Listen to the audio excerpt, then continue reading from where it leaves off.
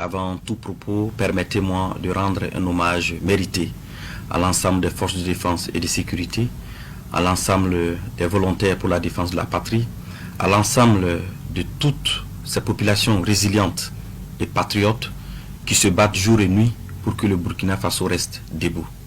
Grâce à leur résilience, grâce à leur détermination, grâce à leur abnégation, le Burkina Faso restera debout malgré toutes les adversités. Prompt rétablissement aux blessés. Pour ceux qui nous ont quittés dans cette guerre d'honneur, je réitère l'engagement ferme du gouvernement à ne jamais les oublier. Que la terre libre du Burkina Faso leur soit légère. C'est l'occasion pour moi de féliciter et de saluer le travail fort appréciable des services de renseignement. Grâce à leur professionnalisme, le Burkina Faso a déjoué pour la énième fois des tentatives de déstabilisation.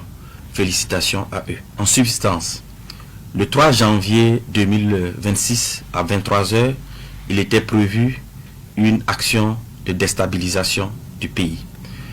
Cela allait se faire par une série d'assassinats ciblés des autorités civiles et militaires, en commençant par la neutralisation du camarade capitaine Ibrahim Traoré, chef de l'État, président du Faso, soit à bout portant, soit par une action pour miner son domicile.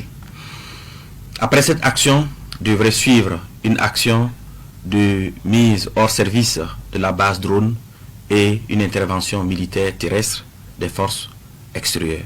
Les acteurs impliqués pour une question de confidentialité et aussi pour éviter de compromettre l'efficacité des enquêtes, nous allons citer seulement l'acteur principal.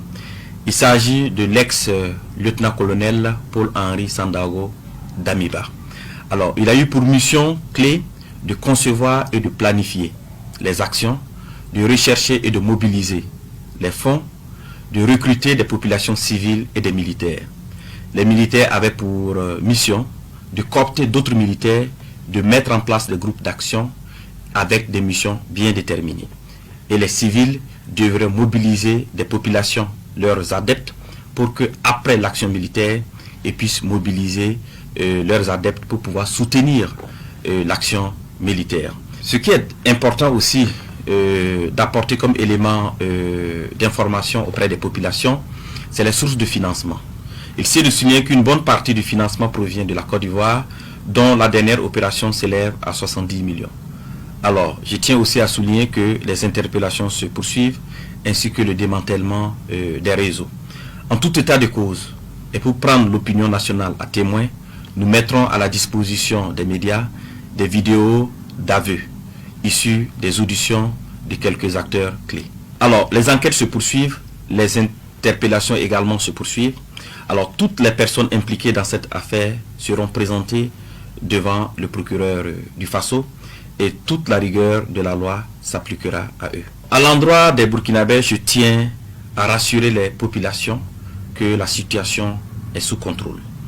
Je les invite à rester sereines.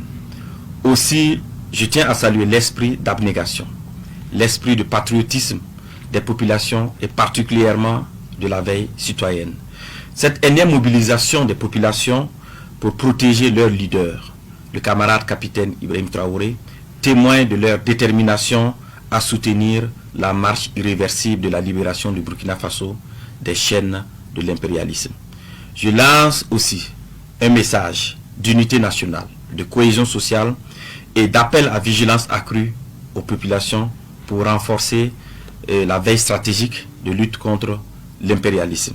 C'est l'occasion pour moi d'appeler l'attention des populations à faire montre de discernement dans leurs activités quotidiennes pour éviter d'être auteurs ou co-auteurs ou complices des projets funestes de déstabilisation de notre pays en dénonçant tout comportement au numéro indiqué. Alors, je souligne cela parce que dans les investigations, de nombreux citoyens civils ont été également interpellés parce qu'ils ont été utilisés naïvement pour faire des courses ou pour transmettre des commissions par-ci, par-là. Et donc c'est pour cela que je tiens réellement à ce que les populations soient vigilantes, à ce que les populations fassent montre de discernement dans leurs activités quotidiennes.